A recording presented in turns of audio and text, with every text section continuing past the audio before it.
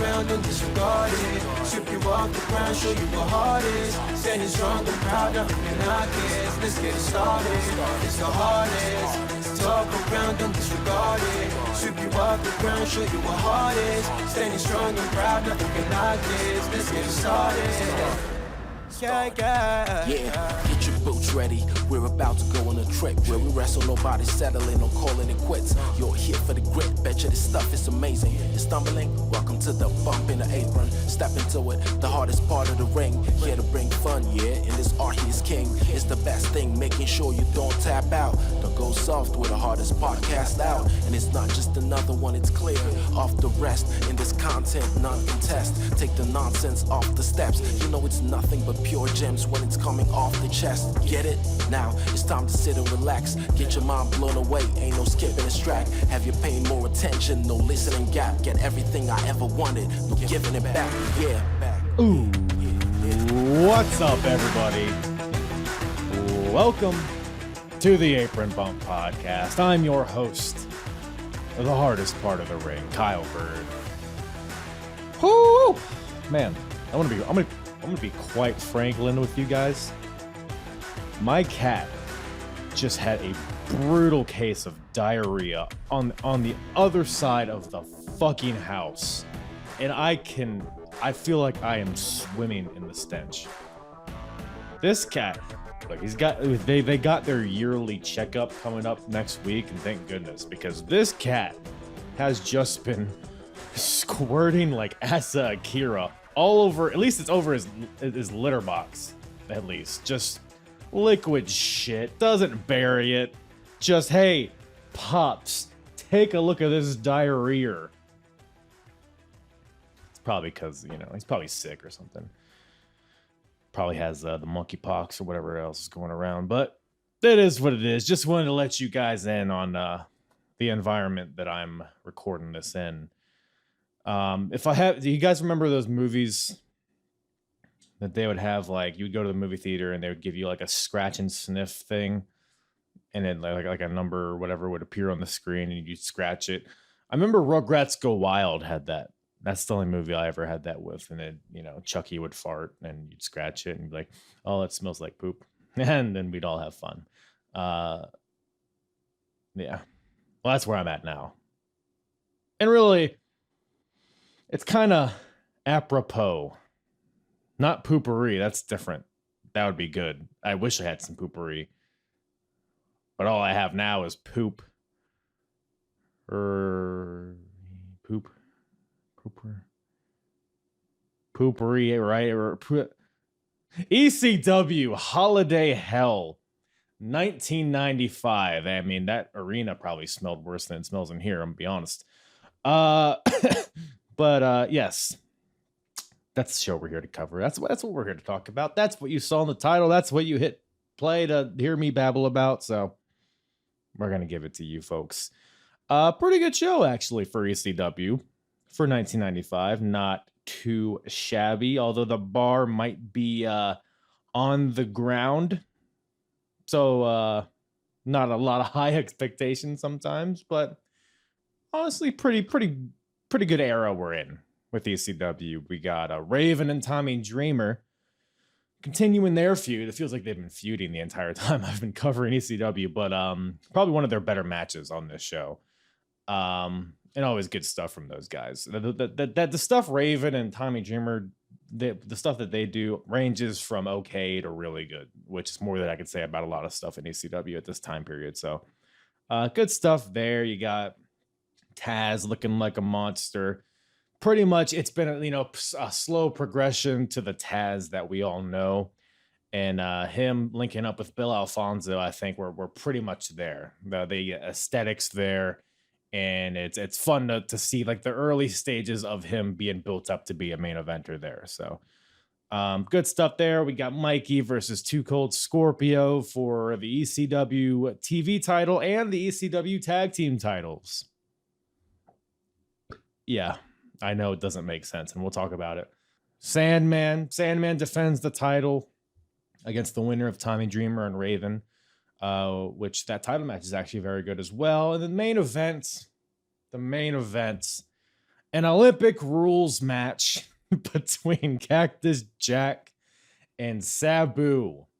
We get some nice Greco-Roman single leg high crotches in that match. So this is the cat that had diarrhea, by the way. You could see it in his face, right?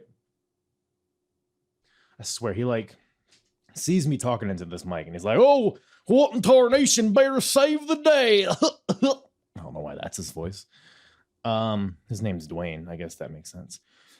But anyways, got a lot of good stuff to talk to you guys about today. And got some good old-fashioned EC dub. The Shah is here. Mantaur is here for whatever fucking reason. Nobody asked for it, but you got Mantaur on Holiday Hell 1995. But you know who you did ask for? Well, I mean, I asked for him. I mean, I like messaged him and asked him if he would come on. Mr. Fretz from the Fretzlemania podcast joins me, returns to the show today to talk some ECW. Always a good time with Jamesathan. Go check out the Fretzlemania podcast wherever you listen to podcasts. Check out Fretz on Twitter at Fretzlemania. All his info in the description below. There's a really good podcast over there that covers a lot of retro stuff. A lot of stuff kind of in line with the Ruthless Aggression stuff that I cover, but he gets into a lot of the TV shows and the pay-per-views as well, of course, has guests on his show. Oh, also covers like old school WCW and the odd, you know, he actually had me on to discuss the first TNA show. I was privileged to come on his show and talk about it. It was a few months ago at this point, I guess, but go check that out if nothing else. That was a really fun time. That first TNA show is way crazier than you remember if you haven't watched it in a while. So do that.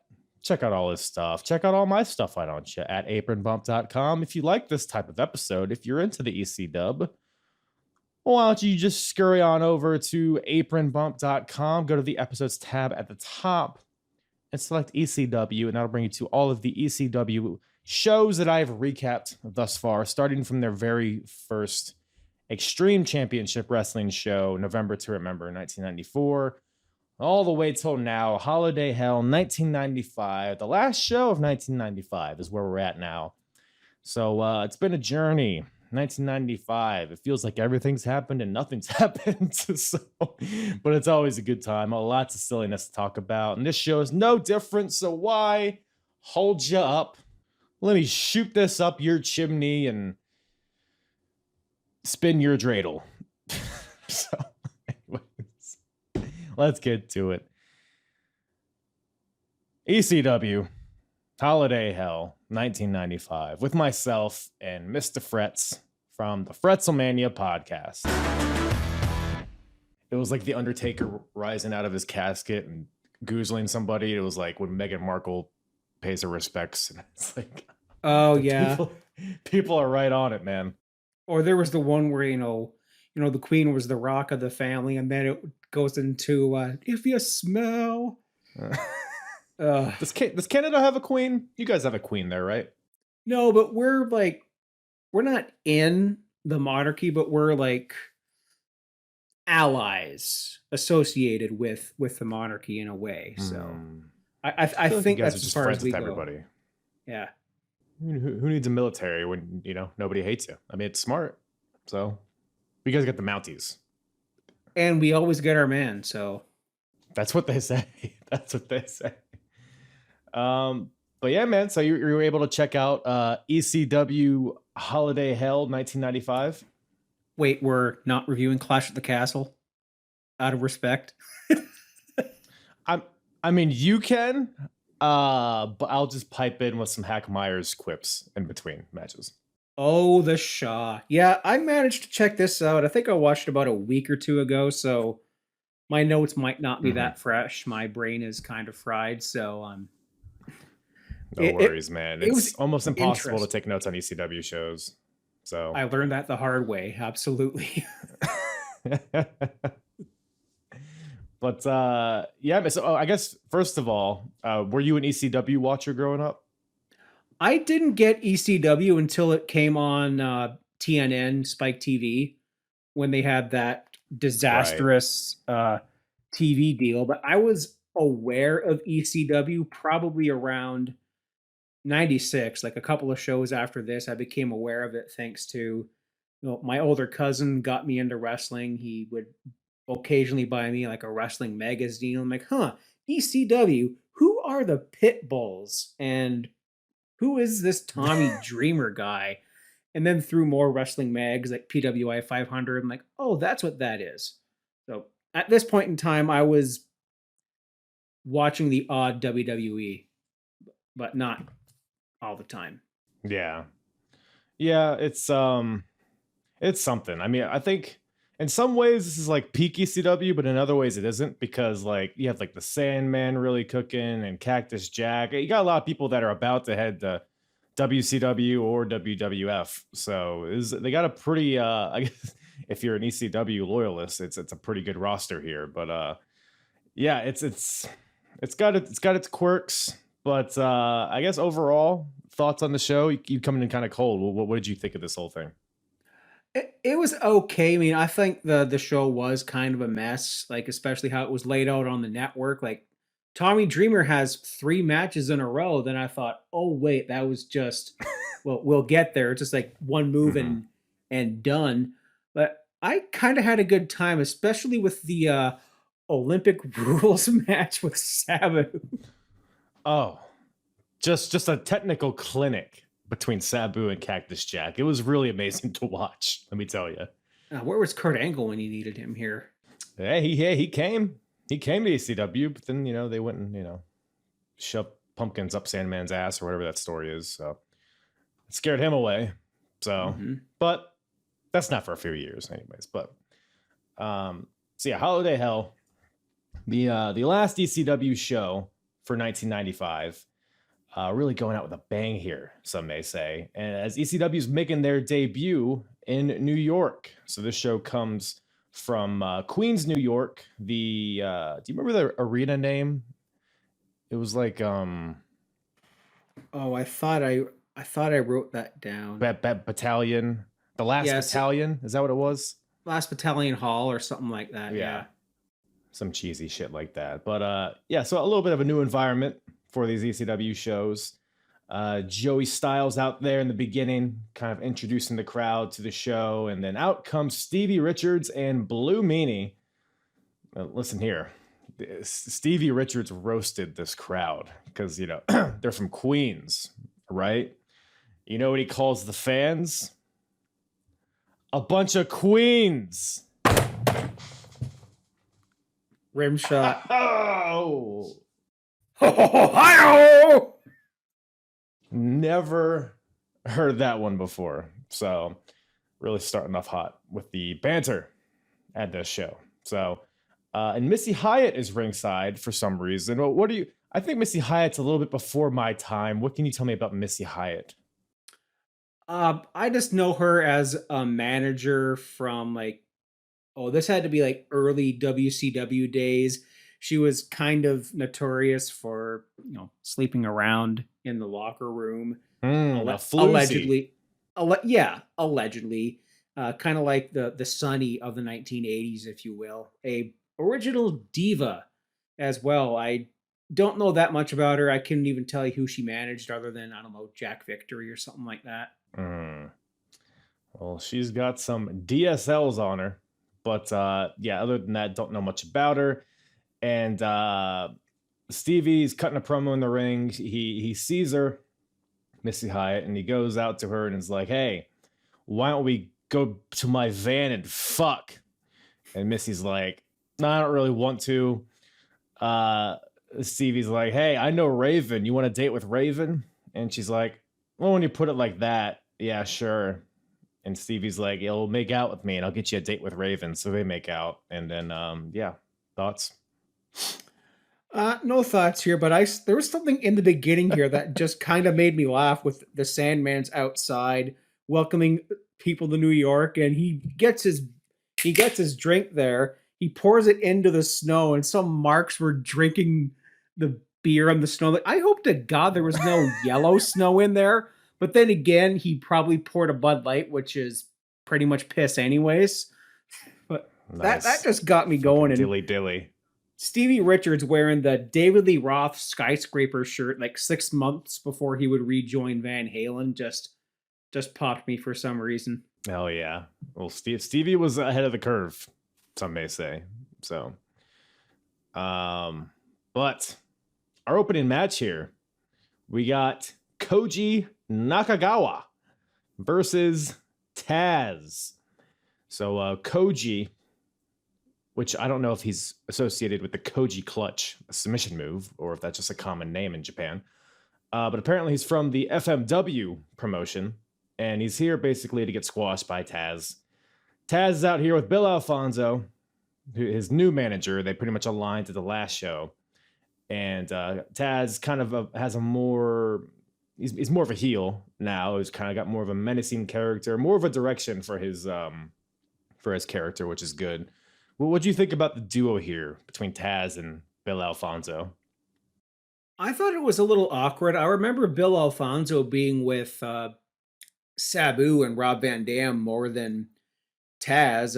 Taz is kind of like your silent assassin, so he kind of needs a mouthpiece, but at the same time he doesn't, because he's, well, the silent assassin. It's like if you put a mouthpiece on Hook today.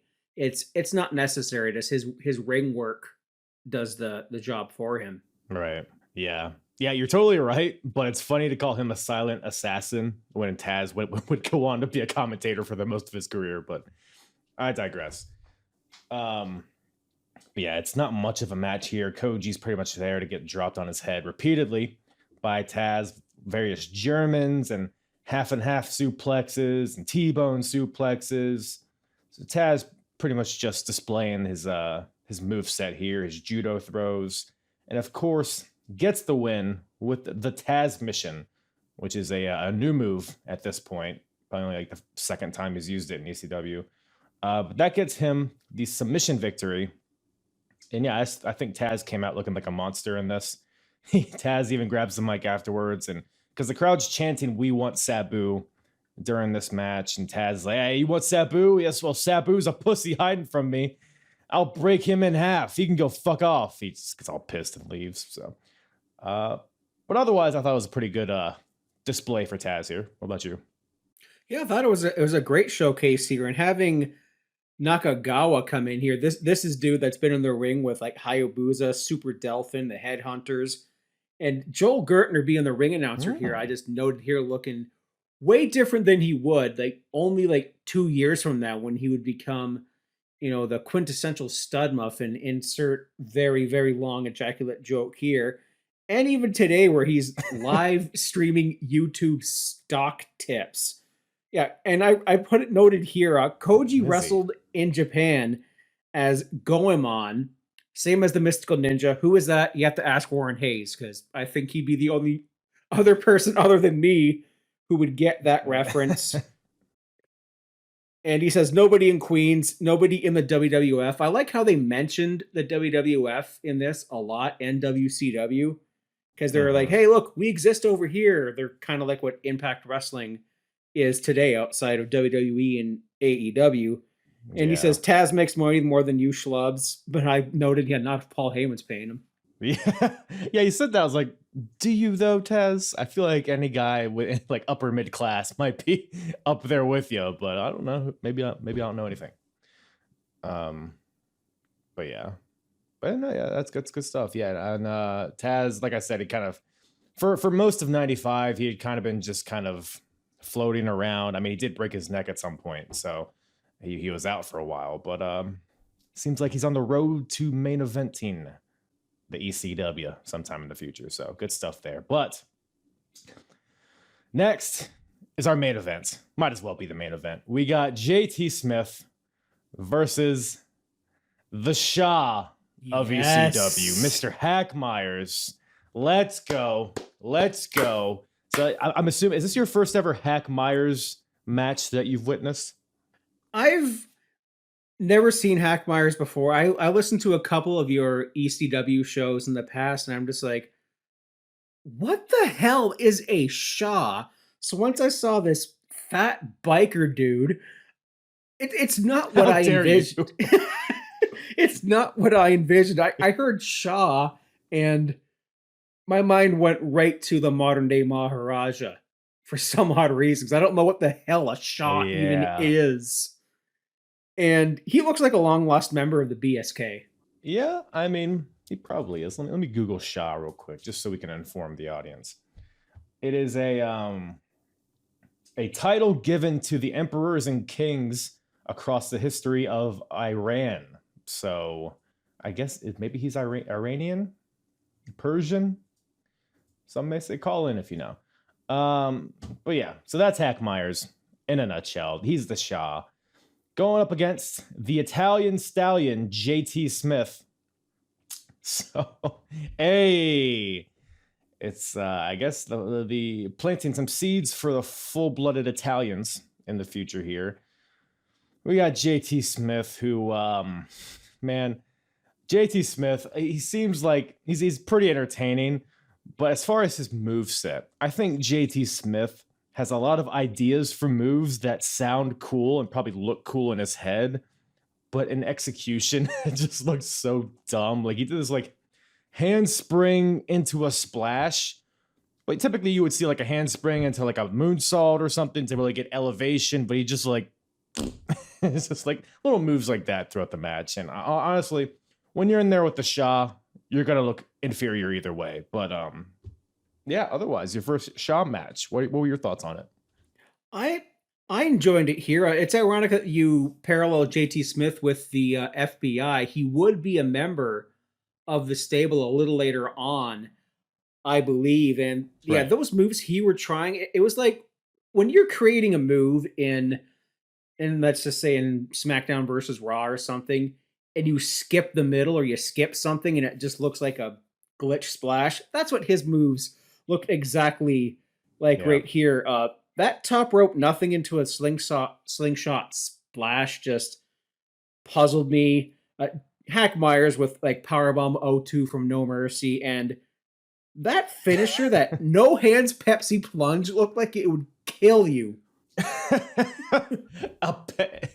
It's not a Pepsi plunge. It's a maybe an RC Cola plunge at best, because it is it's like a pedigree, but from the top rope. But it just always looks so awkward because he's on the second rope, but his opponent's on the ground, so he has to like reach down, and it's like it looks actually okay here, but I guess it says JT Smith because JT Smith, I don't know if it came across, but his character is that he's just kind of a bumbling idiot. Like he'll fall off the turnbuckles, and I think at the last show he lost the match because he fell off the top turnbuckle and went through a table ringside and got counted out. So that's kind of his thing. So like you said, the match, there's not a lot to this match. You know, shit, Shaw, like they'll do the punching battles. The crowd will chant Shaw every time Hack doesn't move, and shit every time JT doesn't move. But ultimately, Hack hits a power bomb, and then his RC plunge for the win. And this is all following JT botching a moonsault, and basically, just laying it on his face. So, but yeah, if this episode gave us anything, it gave us a name for Hack Myers' finisher, and I have you to thank for that. So I appreciate you for that. Yeah, and a wash your ass Hack chant. Is that what they were chanting? The crowd had some interesting chants on this show. I don't know if you noticed that or not. There was a "What's the matter, you? Wash your ass, Hack." I mean, he's not the only guy they'd say "wash your ass" to. I think it's all the chunkier wrestlers. Like, yeah, I'm a heavy guy. I am pretty capable of washing my own ass. So you don't need to chant that at us unless, I want to know if I smell. For the record, folks, like if I am a little ripe, I want you to tell me so I can fix that. That's fair. Well, look, Hack he hails from the last house on the left, and they're known for their lack of showering, hygiene, etc. So, and you look at Hack Myers, you're like, yeah, that guy's a smelly fella. So it's a character, I suppose. But after that 5-star match, we now have a title match, a double title match. This match is a singles match for the World Tag Team titles and the ECW TV Championship. Yes, folks, I said that right. For the tag team titles and the TV title. And it's going to be the champion, Too Cold Scorpio, who holds both those belts, versus Mikey Whipwreck. Now, Mikey Whipwreck just recently lost the ECW World Championship to the Sandman at a live event, I suppose. Their TV show, ECW's TV show that they do. There was a triangle match between Sandman, Steve Austin, and Mikey Whipwreck, and Mikey lost that. So he is no longer champion, but he has a chance to regain 2 belts here. And if Mikey wins, apparently he can just name his tag team partner and give them the tag team title, which is something. I guess they don't have any other tag teams other than the Pitbulls and the other 5,000 teams that are on the show, but I digress. So Too Cold has a bunch of belts. So do you remember how he made the ring announcer announce him as? 2 Gold Scorpio. Because he has a lot of gold, folks. He has a lot of gold. So this match, I was a little confused by this match because Mikey Whipwreck got little to no offense in this match. And it was like 15 minutes, which doesn't sound that long, but it fucking was. And the whole match was Too Cold. He would do a move to Mikey. He would signal for the 450 splash, but then he would do literally anything else other than the 4. Like he would do, he would hit Mikey with a power bomb, and then he would signal for the 450, and then he would pick Mikey up and then hit him with a tombstone, and then he would signal for a 450, and then he'd go to the top rope and then just hit a regular splash. So it was just like that over and over again. I don't know. What did you think of this whole deal here? Yeah, this was a weird match. I didn't mind it at all. It was actually pretty good. Anytime I get to see Too Cold Scorpio is a treat, because even today that guy can still friggin' go. But this was a long drawn out squash match because Mikey was kind of a jobber at first. You know, he would go on to be pretty prominent. Shout out to him for following me on Twitter, by the way. Strangely enough. Hell yeah. There was a really stiff kick in the face. Mikey, there's another top rope nothing here. Missy Hyatt's kind of, scoping out the match here, liking what she sees, because we know about allegedly Too Cold Scorpio. Huge. Super kick. There's like a super kick, a Frank and Mikey. And then the ref takes so much abuse in this match. Like, I think he took more than one splash from Scorpio here. How do you do a ref bump with a top rope splash? As I'll never know, but they did it. They did it. I think it's just wrong place, wrong time, or he's like bending down to tie his shoes, and then you just get splashed out of nowhere. Whoopsie-daisy. You gotta look left, look right, look left again. It's like crossing the street in New York. Who? Yeah, well, you should know. You should know that that's where they're at. So, but yeah, Mikey Whipwreck takes a beating here. Like, yeah, you put it perfectly. It's a drawn out squash match, but ultimately, as they're going at it, Scorpio goes to the top rope, maybe to finally do the 450 splash, but Cactus Jack comes out, shoves him off the top rope, and Mikey pins him, gets the win. So Mikey Whipwreck is the TV champion and one half of the tag team champions. And before Mikey can choose his tag team partner, Cactus Jack just yoinks the other tag team title. He's like, oh, well, I must be the second, because they had been champions previously. So I guess maybe just assumed that they're a team for life. Cactus basically handed them the win. So, I mean, it's kind of fair when you really think about it. But it was just funny how Mikey's like, oh, man, I didn't want, I guess. And then that's how it happens. But I thought that was pretty entertaining. Oh, they did like the I am the tag team champion spot here. And I was just expecting Dr. Shelby to jump out of some time warp right here to straighten this shit out. Wasn't, oh no, it was Scorpio Sky that was a part of that, right? Not Too Cold Scorpio. With what? He was in like one of the Too Cold Scorpio Sky. It was like in the therapy, whatever you call it, not AA, but like the therapy, yeah. And it was like a bunch of people in a circle, and Scorpio Sky, I believe, I could be totally wrong on this, but I'm pretty sure Scorpio Sky was there, and he like got chokeslammed by Kane or something. Go look it up. That sounds check me if you want, but it's either him or Ricky Starks, because Ricky Starks did some extra work in WWE too. yeah, I know he was definitely like a security guard at some point, but yeah, good stuff there. But next match we have, hey, some actual tag teams that maybe could be tag team champion. I don't know. The Eliminators versus the Pitbulls. The Eliminators, of course, a team of John Cronus and Perry Saturn, and the Pitbulls, of course, the team of Pitbull number 1 and Pitbull number 3. Pitbull number 2. Oh, God. But yeah, the match starts off with a bark off. So you have the Pitbulls, who of course are dogs, so they bark at the Eliminators, whereas the Eliminators, their like little pose is when Cronus is on his knees and Saturn's like on his shoulders, the whole thing. So yeah, so that happens. There's a "We want blood" chant from the crowd. I guess there hasn't been any blood at this point. Yeah, it's just been a bunch of wrestling, a bunch of nerds in there wrestling. Who would have thought? But yeah, this match was something. It was, I'll tell you this, the Eliminators definitely came off as the stars of this match, more so than the Pitbulls, but maybe you disagree. I don't know. What do you think? No, I'd agree with you here. I did not recognize Perry Saturn with long hair. I've seen him with the kind of the mullet mohawk, but he had like full on long hair here. And John Cronus's roid belly, just my God, like that. Like, I look at all these live rounds, all these potatoes, and everyone getting dropped on their head, and I just think no wonder that 3 of these guys are dead now. Just it's outrageous. But then we get to see Jason's, the sexiest wrestler alive, his sexy mullet and his gi combo. Just I'm looking at that and I'm like, man, he looks exactly like Liu Kang, and Mortal Kombat was hot around this point in time, so I guess he was capitalizing on that. And ECW always needs more Chronos.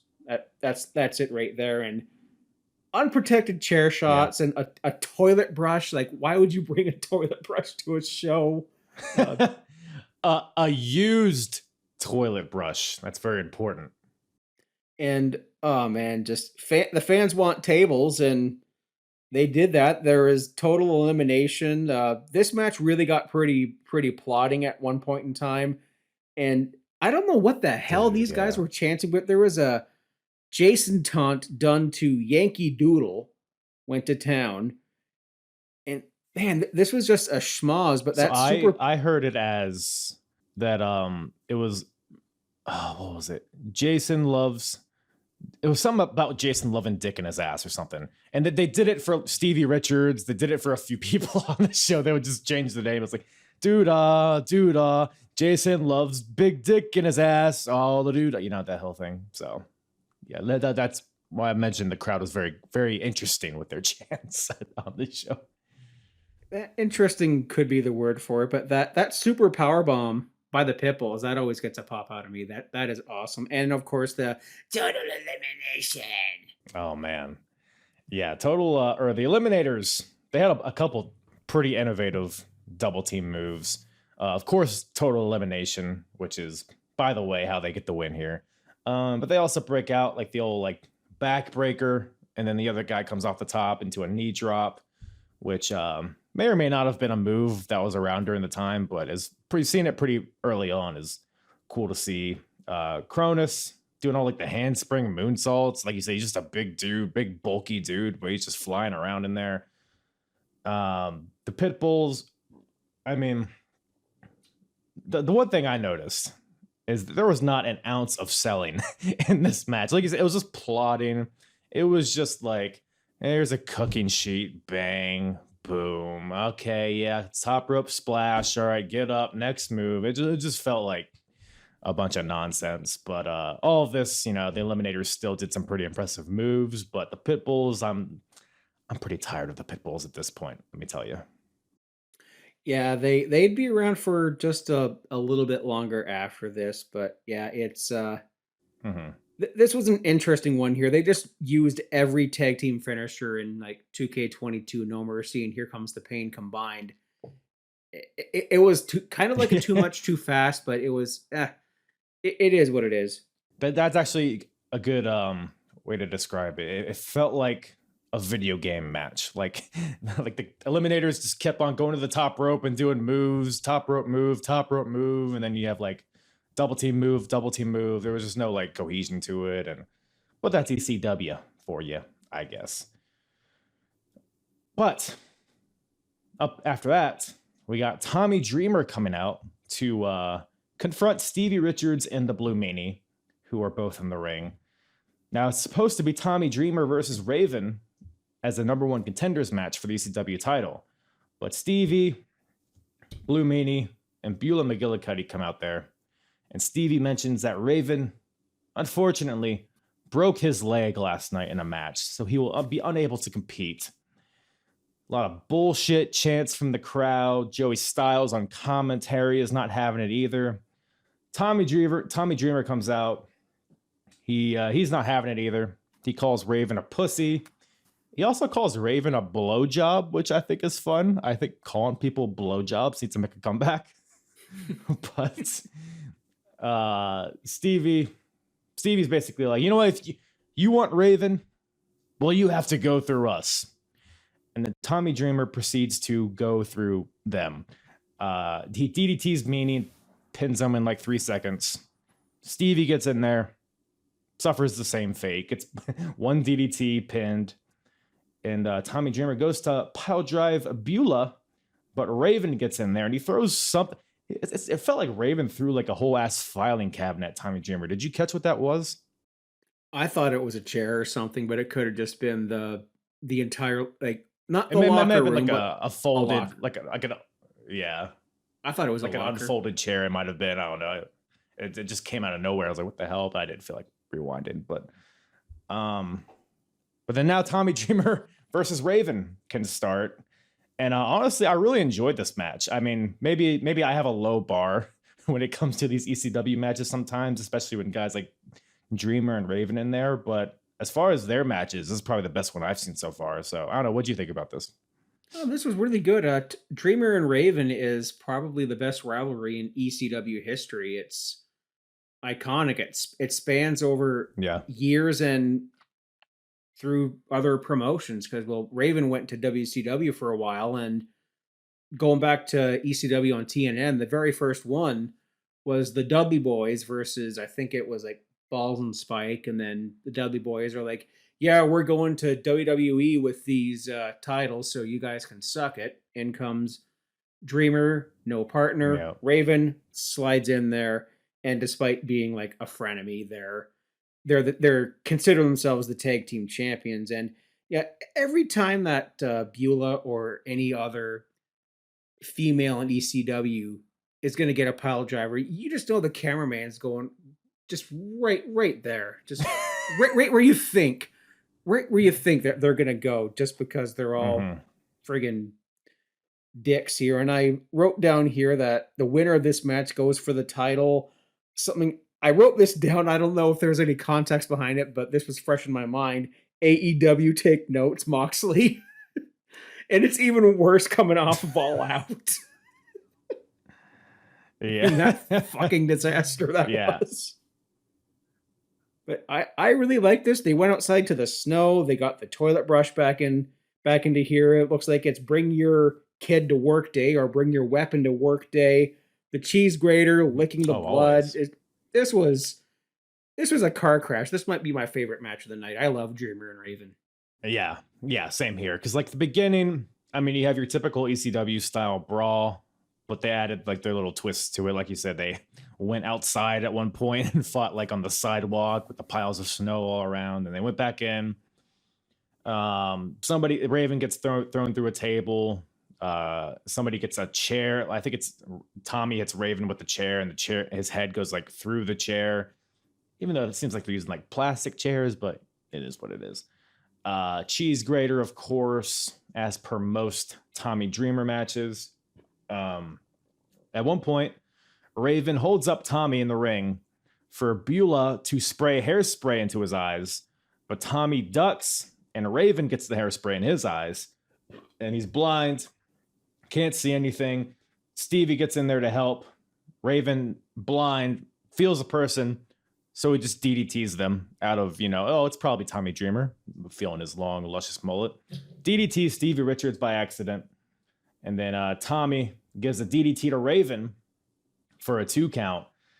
So like the beginning, it was just like a lot of weapons and tomfoolery. But like towards the end, the ending stretch of this match, I thought it had some good drama to it, which is not something that I've personally seen a lot in ECW. Normally it's just like violence, violence, violence. Here's the victory. But it felt like they built up to the finish, which I really liked. You got Tommy Dreamer putting his little spin on the corner punches. So normally 1, 2, 3, all the way through 10 in the corner. But Tommy decides to turn Raven upside down into a tree of woe and gives him 10 punches right to the gooch. He's the innovator of violence. So I guess that's what he does, I suppose.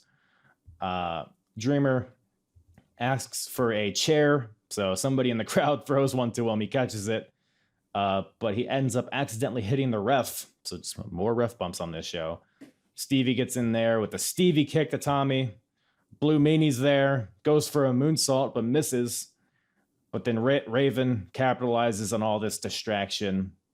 Hits Tommy in the gut with a chair. Even flow DDT onto the chair. And Raven gets the win. So a lot of tomfoolery. A lot of Raven's flock involved. But I think that this kind of had all of the ECW-ness. But also a good match, which aren't always, mutually, together. So yeah, I enjoyed it. Yeah, the 10 dick punches was just the icing on the cake. That might be moment of the night. It was beautiful. The 10 dick punches. That's what people when they think of Holiday Hell 1995, they think of Raven getting punched in the dick 10 times. And I don't blame them. On the 10th day of Christmas. So we got El Puerto Ricano versus Bruiser Mastino. Now, first of all, do you know who Bruiser Mastino is? Yeah, Mantaur, man. Of course. I'm going to tell you this. I would not have known if the crowd wasn't chanting Mantaur sucks. Because I was like, he kind of looks familiar, but I don't really know who this... You know who I did think it was at first? Because I recently just saw a picture. And I actually just fact-checked this to make sure I was right. Kane and WCW went by Bruiser Mastino. Like the same spelling and everything. So I don't know if there's like a underlying story here or what. Because it seems like a random name to just happen to copy. But I thought Kane was going to be here. But it was not. It was fucking Mantaur. So you can imagine my disappointment. Yeah, he was still drilling teeth in the WWF at this point in time. He sure was, Mr. Yankum. Yeah, Bruiser Mastino. I don't know. What do you think was better, Mantaur or this character here? I mean, Mantaur had the cow head. Mantaur all the way, dude. I mean, Mantaur was in a King of the Ring qualifying match, so he already wins. Yeah, I mean, when you put it that way, I mean, Mantaur had a cow's head. Bruiser had 0 cow's head. So it's really just math at the end of the day. I think Mantaur wins on that. Plus, he had really BM on his tights. I mean, come on. Yeah, this pay-per-view has been BM.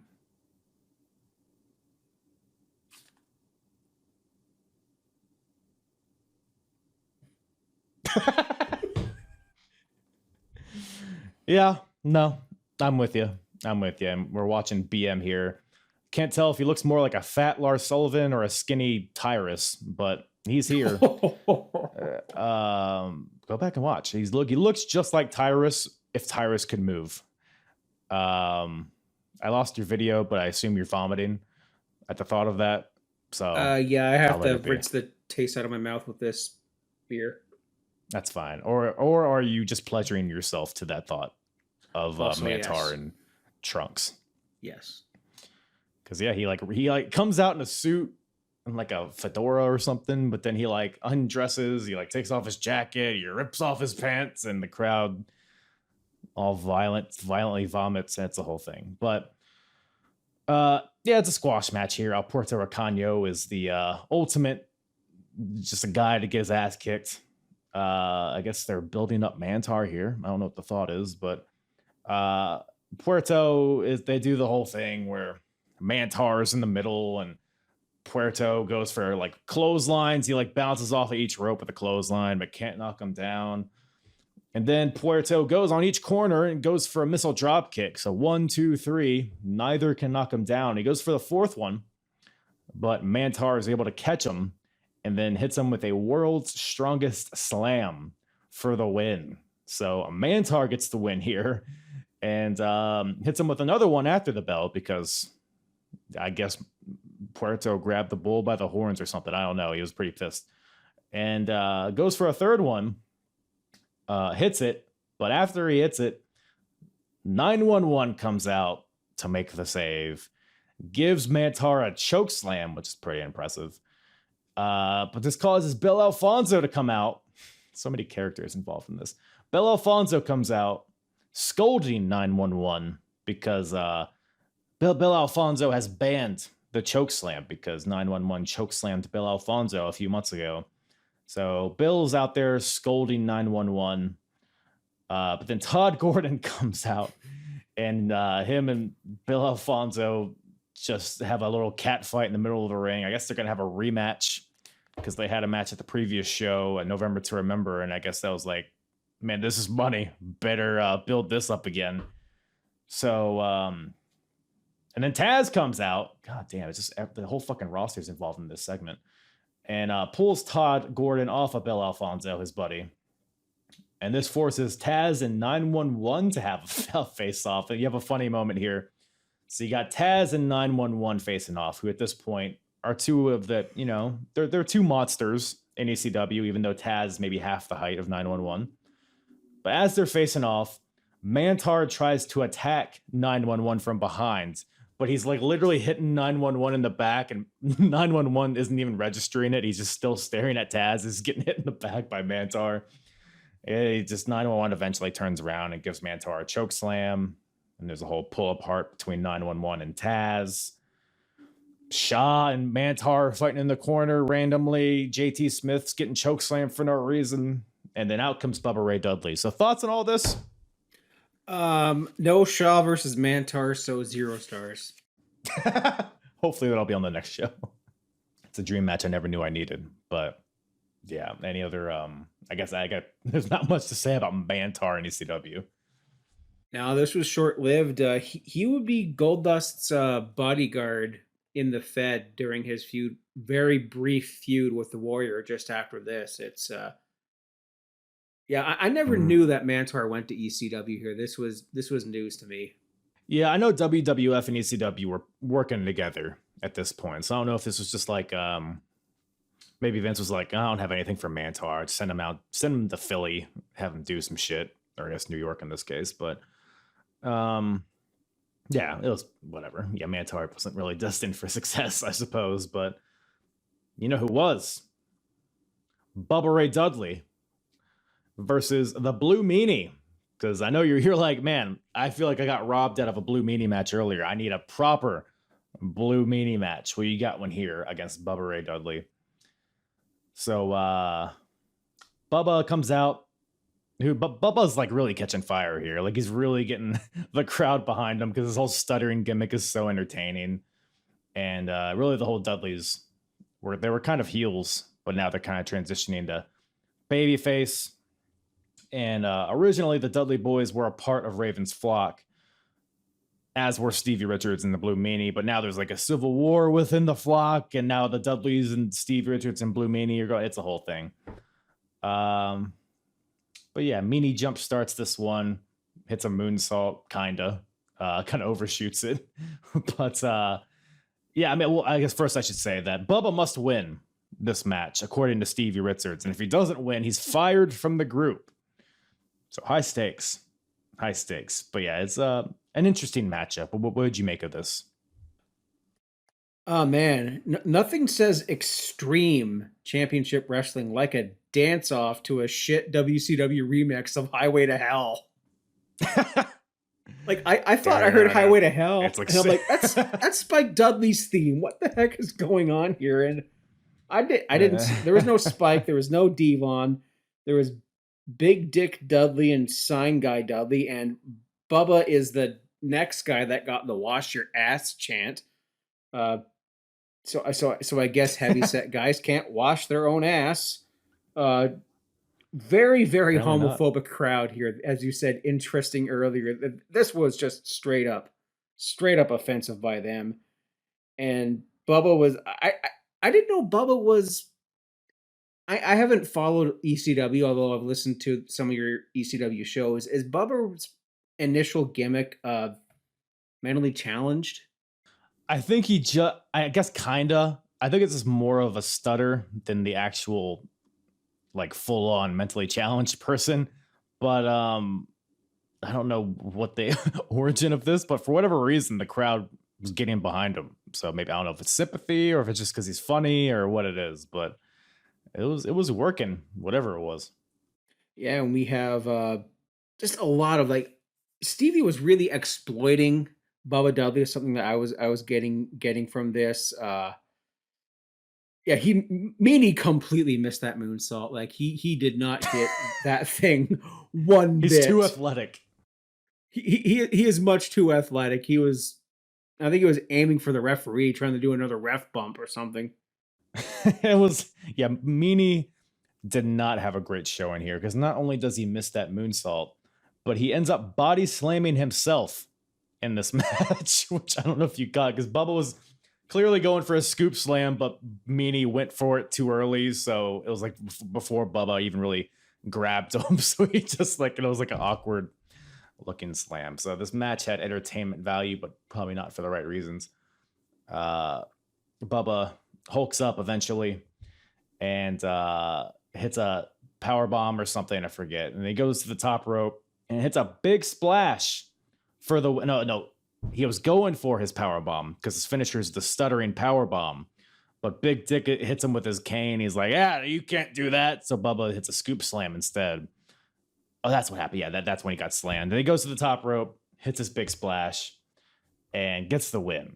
And then Big Dick gets in there, choke slams Meanie, even though Big Dick still has a broken leg, but he still gets in there, choke slams him. Bubba hits another splash on Meanie, and then Stevie's like, hey, I was just kidding about before. You guys weren't, I didn't want to fire you guys. You guys are my number one guys. Blue Meanie, he's just a piece of shit. And then they do the whole thing, and then the Dudleys leave, and then Stevie then tends to Meanie once they leave, and the crowd chants, oh, Stevie, you're so fine. You suck big cock so great. I forget what the chant was, but it was something like that. Something about loving Big Dick, but then I thought like, oh, he's friends with Big Dick Dudley. It's okay. There it is. I think Stevie actually said verbatim that he loves Big Dick. So, hey, to each their own. No judging here. I'm more of a soft, medium chub guy myself. But after that, we got the world title on the line. We got the champion, the Sandman, defending against Raven, who won this opportunity earlier in the show against Tommy Dreamer. So like I said, this is coming off of Sandman winning a triangle match against Mikey Whipwreck and Steve Austin. I don't know. Have you seen much of Steve Austin in ECW? If you have, do you have any thoughts on that? I've seen his promos. I didn't see any of his matches because I had like Austin's like DVDs or VHSs back in the day. So I got to see when he did like the impersonations of like Hulk Hogan and Eric Bischoff and really taking the piss out of them. But as his matches are, no, I haven't seen a lick of them. Yeah, he only had a few matches. So, and Steve Austin, he's gone back and said that he definitely, because he's coming off of a pretty major injury. He said in hindsight that he wasn't in shape. It is his arm. I think it was his arm, and that was injured or something. He didn't properly rehab it, so he wasn't really. And was it his knee? I think he also injured his arm or something. I don't know. But he wasn't ready to get in there and really have a good match. So, but I mean, I've watched his matches in ECW, and they're above par in relation to the other ECW matches. So take that for what you will. But he'll be in WWF literally like the next week after this show as the ringmaster. So no more of Steve Austin in ECW. But yeah, his promos are really the highlight of his run there. I mean, they're legitimately some of the best promos of all time, especially the one where he was shooting on Eric Bischoff, and all of them. They were great. So it's kind of really the spark for Stone Cold in hindsight. So, but no Steve here. But we do have a pretty good representation of ECW.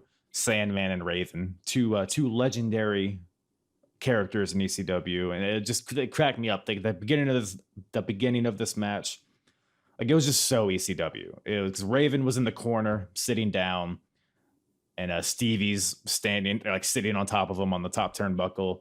Sandman just has a cigarette and his beer, and he spits the beer at Raven and Stevie as a woman strokes his kendo stick.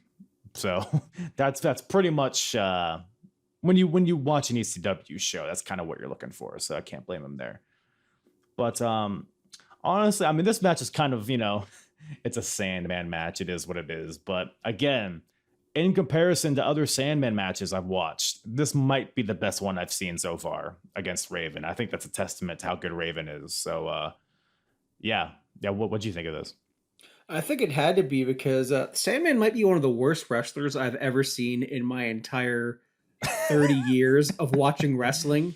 It's so bad. And it's as bad as that really shit Metallica dub of Enter Sandman. Seriously, where's Eddie Munson when you need him here to shred a guitar in the upside down? Just Jimmy Hart is just playing his own version of it. And speaking of bad dubs, Raven's theme in ECW was Come Out and Play by The Offspring, and this was just a Nitro version of this. Dude, it's and so bad.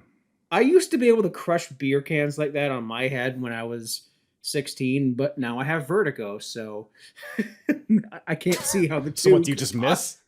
I don't know. Well, maybe, I don't know. I couldn't tell you. The two couldn't possibly be paralleled here, but Sandman was just drunken pratfalling, and somehow Raven bled in this match from taking nothing. I think Sandman fell into him, then Raven thought, okay, I'm just going to blade here. Yeah, I mean, it was because, like, Raven jump starts it because, like, Sandman's, by the way, Sandman's like, he had been a heel the entire year, but I guess he's kind of transitioning into more of a fan favorite here. So he's like getting the crowd behind him. He takes his beer and, like, holds it way above his head and chugs it. But as he's doing this, Raven attacks him from behind. But Sandman quickly turns it around and honestly dominates most of this match, which is weird to say. But I guess Raven had a pretty brutal match earlier in the show. So it makes sense in that way. But you got Sandman, kendo stick shots, of course, throwing Raven into the barricades and all the Sandman quirks that you love to see.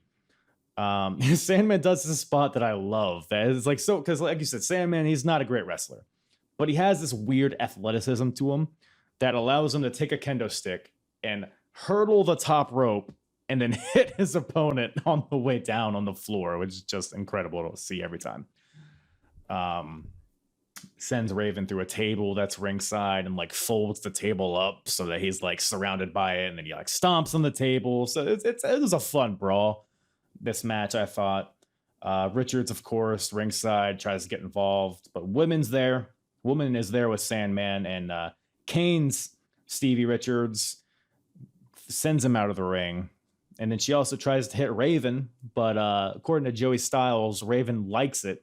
So Raven doesn't budge at all.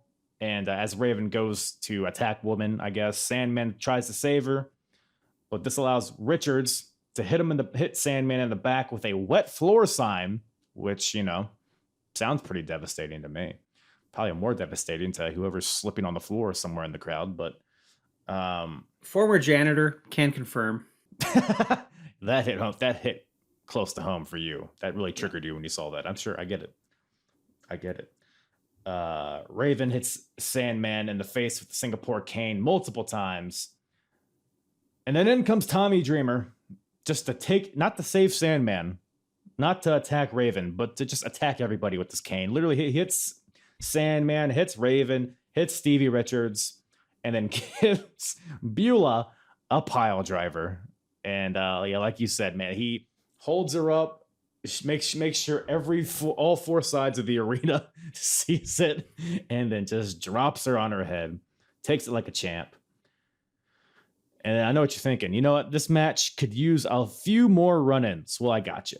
So we got Cactus Jack enters the fray, hits Sandman with a double arm DDT. Raven covers, but only gets a 2 count. So some pretty good false finishes towards the end of this match. And ultimately, Sandman hits a top rope bulldog for the win. So he retains his title. And yeah, I thought it was a pretty fun match. Yeah, this was okay. I mean, as I just noted how sloppy Sandman was here, and that Raven really carried him through here.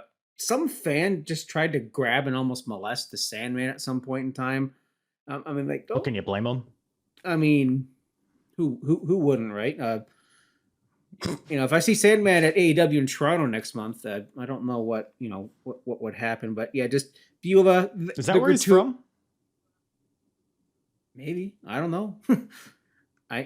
He's I not. thought you had some information that I didn't have. No. Sandman's not Canadian. He would be one of our secret shames, if so. But yeah, this all the other run-ins here. It was the most ECW match that ever ECW, completely with that sloppy ass facebuster at the end. That was barely a bulldog. He did not catch all that. That was like a Chris Jericho. That was a Chris Jericho facebuster leading up to the Lion Salt.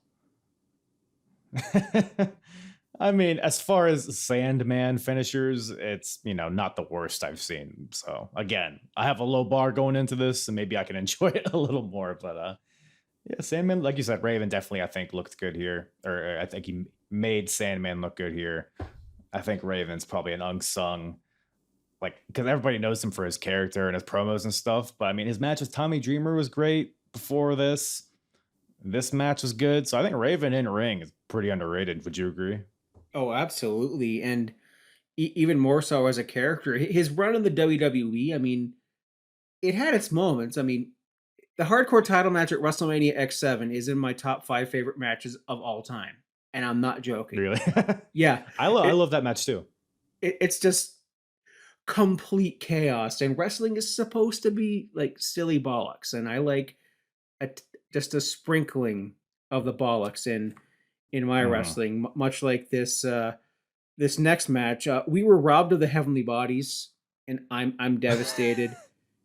Jimmy Del Rey was arrested, and Richard's about to flip. Get it? Because that was the original name for Zip.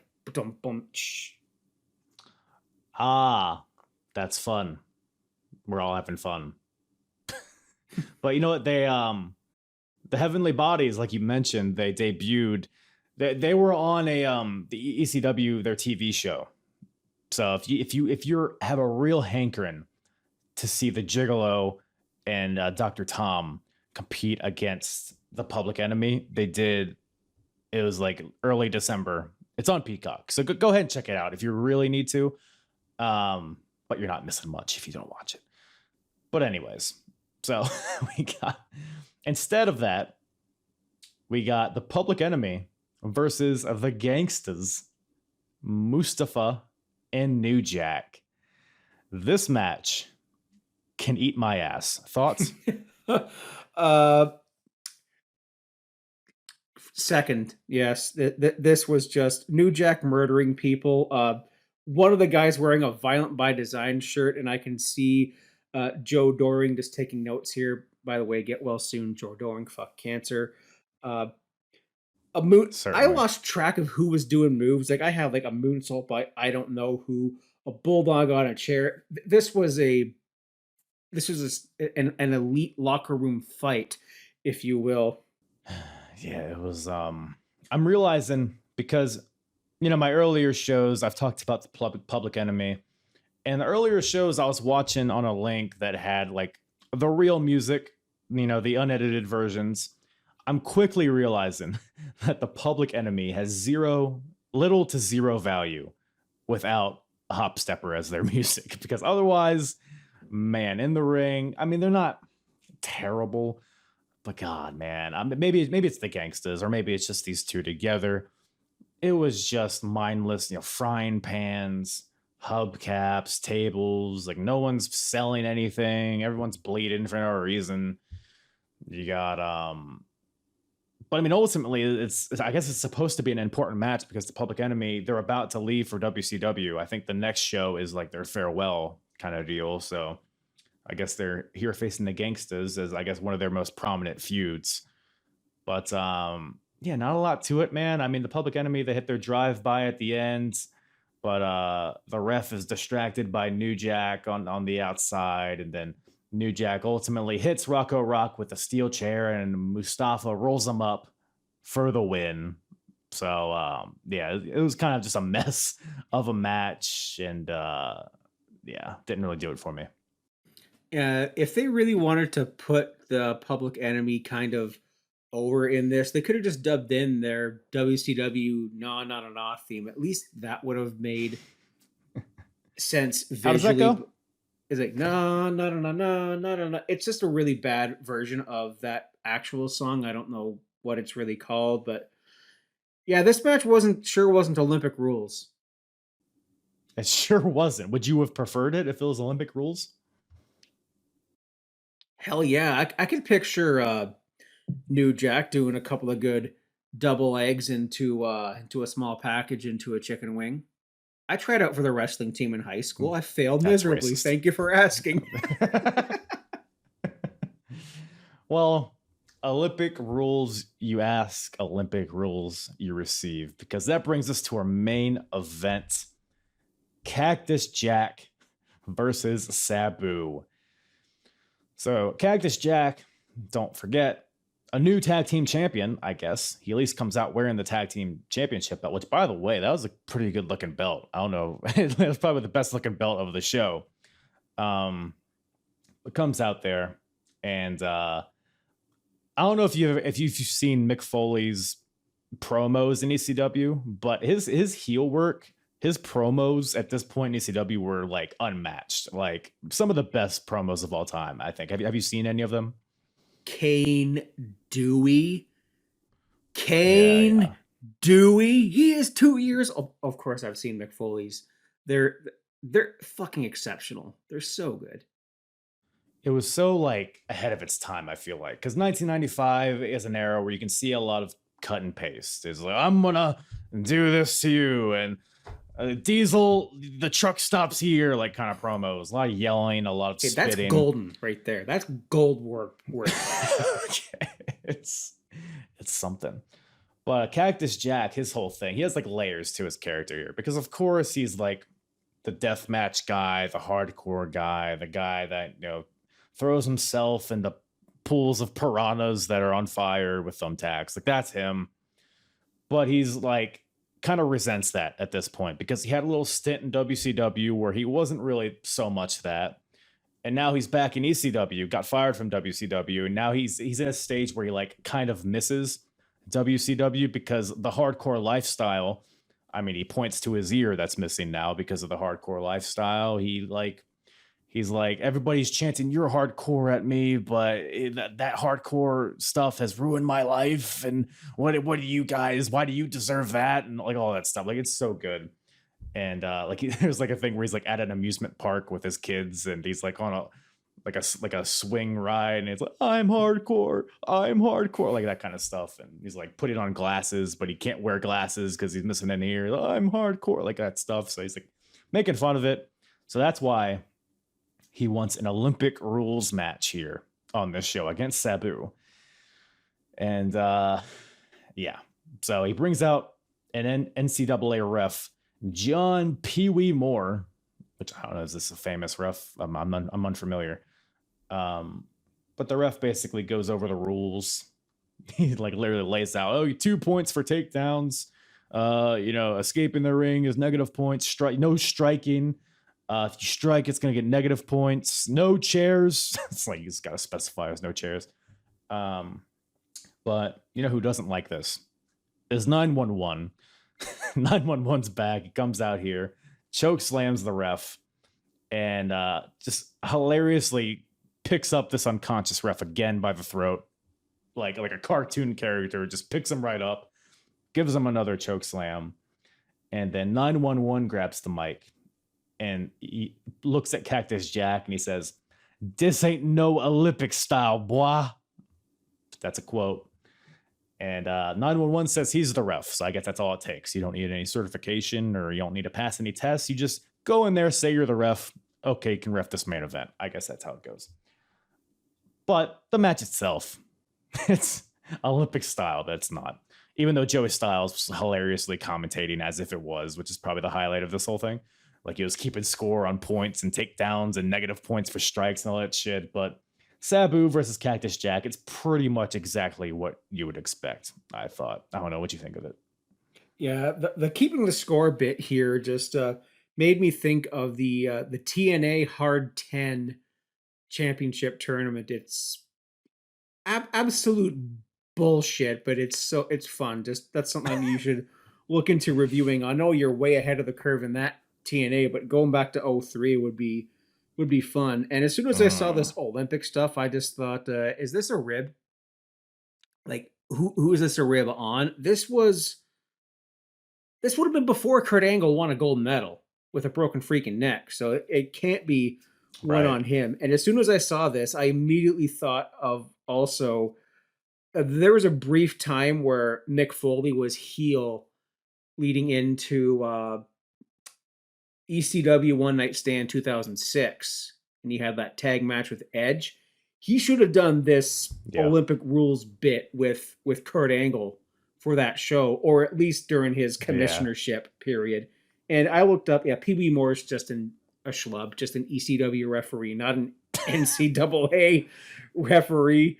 Keeping count was great, and there was a lot of Cactus Jack moves in here, bang bang, like the elbow, the DDT, the chair DDT is just it's a thing of beauty. And 911 for referee for I don't know reasons. I don't know what the hell he was doing here, but I guess he wanted to see a fight. And since Cactus Jack and Sabu didn't bother Googling Billy Robinson, so they just didn't bother with it. They just bet the shit out of each other. This was fun. I did enjoy this match, especially with the Olympic whole thing. I love it. And the WCW sucks sign for reasons. Yeah. Like, I don't mean to diss New York because I'm a native New Yorker. He was talking about this wheelchair guy who gave him a crutch. God, yeah. I don't know where he was going with this. I thought, if he's going to go Kane Dewey on like a wheelchair guy, I mean, I'll jump out of my seat. I forgot to mention that. He cuts a promo, Cactus Jack does, and he's like, "Let me tell you a story real quick. A couple weeks ago in Philly, there's like a fan named John who's in a wheelchair. I guess it's like a famous fan. I don't know.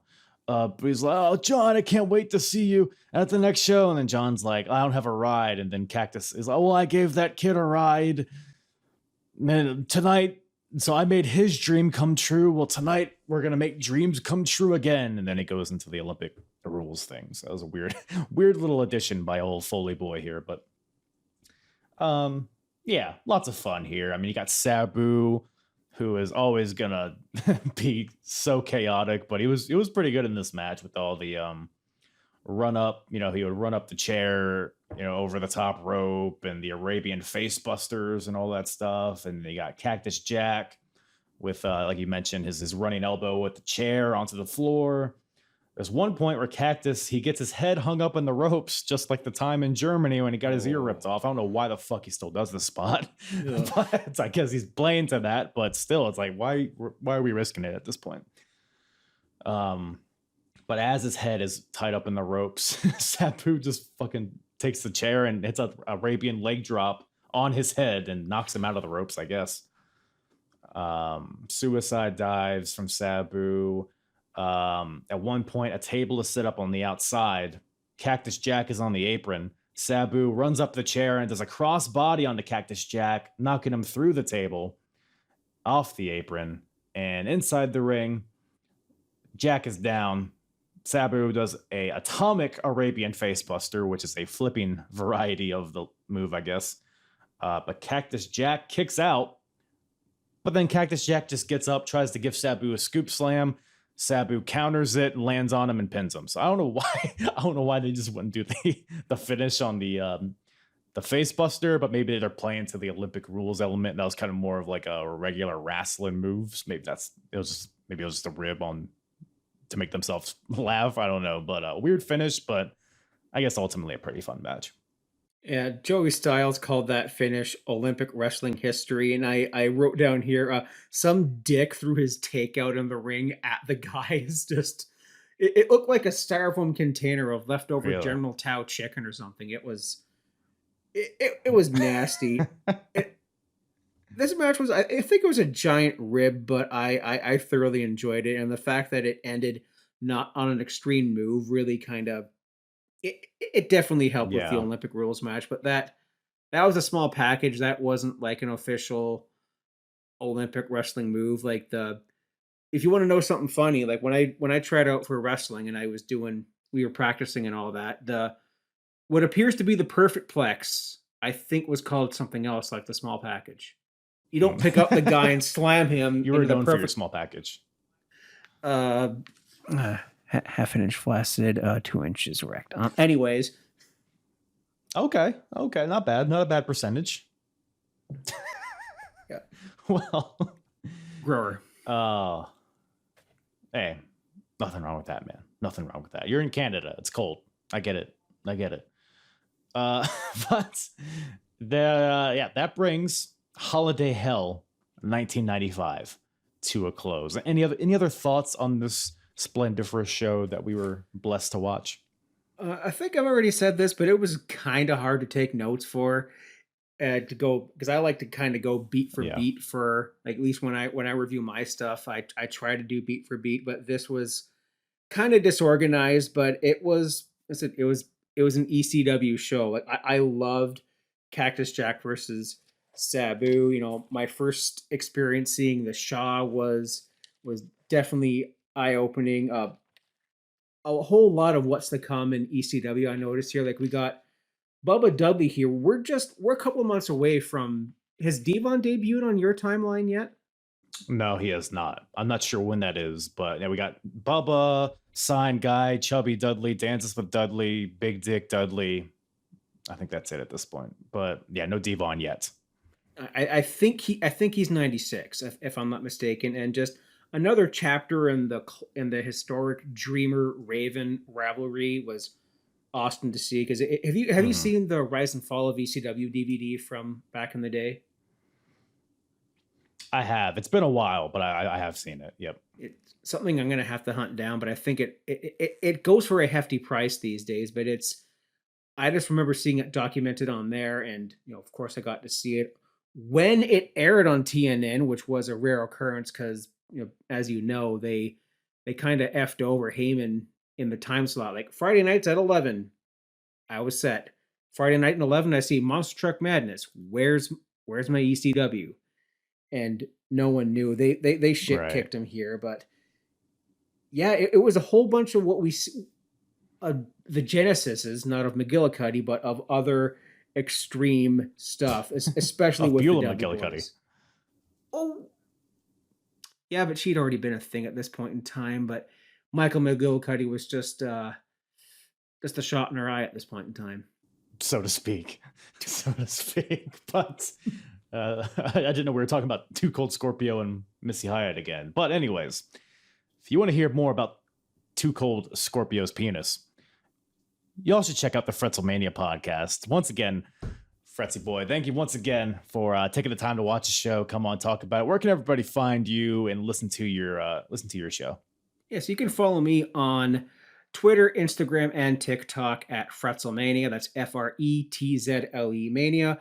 I do a weekly retro wrestling podcast on Wrestle Addict Radio, the cure for the common wrestling podcast, with the Kings of the Rings podcast. Brace for Impact with one of your former guests, Nate the Effin' Great. He has been doing a lot of Impact Wrestling as of late, and the Young Lions perspective as well. KOTR podcast, they stream every Wednesday night on Twitch at about 8 p.m. ish. So we're about about an hour and a half away from sitting to see Warren Hayes.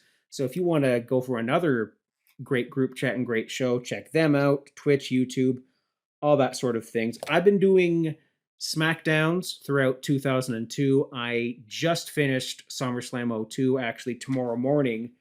My review of SummerSlam 02 will drop with Nate the F and Great. It was a great time, and I just can't wait to get into the rest of the Ruthless era, because the SmackDown 6 is just beginning. We have a Discord, we have merch, much like this beautiful shirt that I'm wearing here, and the Fretzlemania hoodie that's on my chair behind me.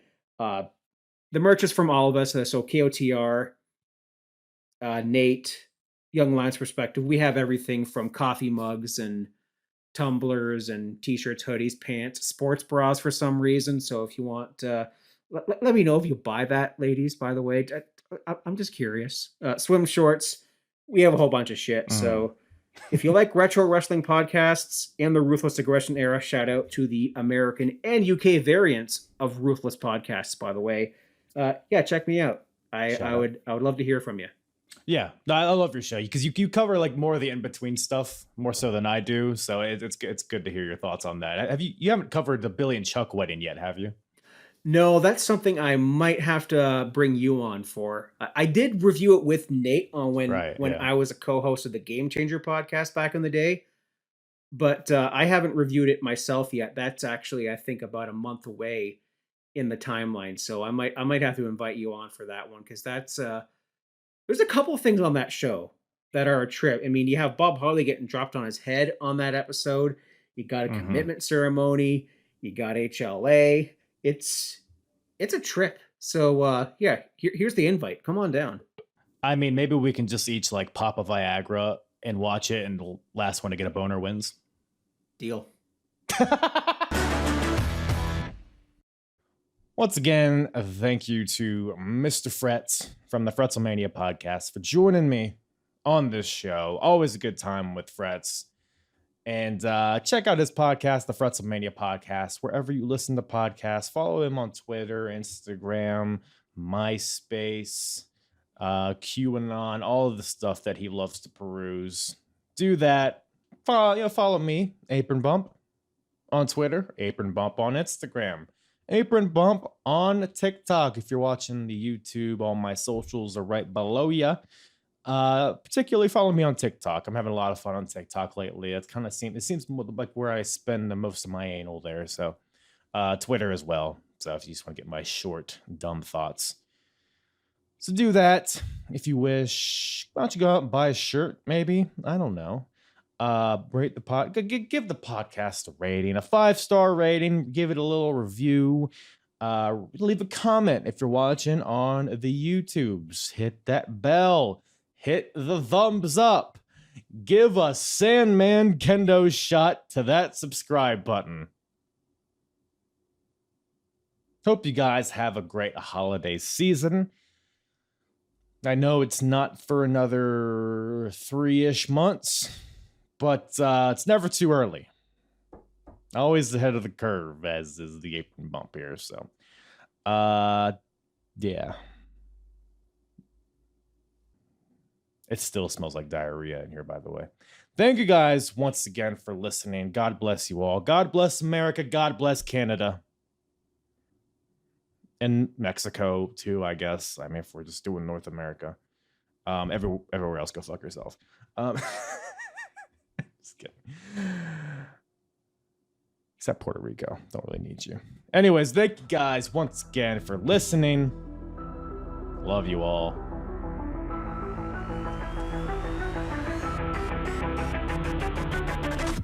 Shaw. Yeah. I'm hard.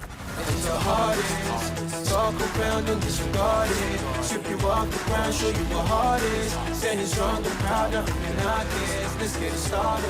It's the hardest.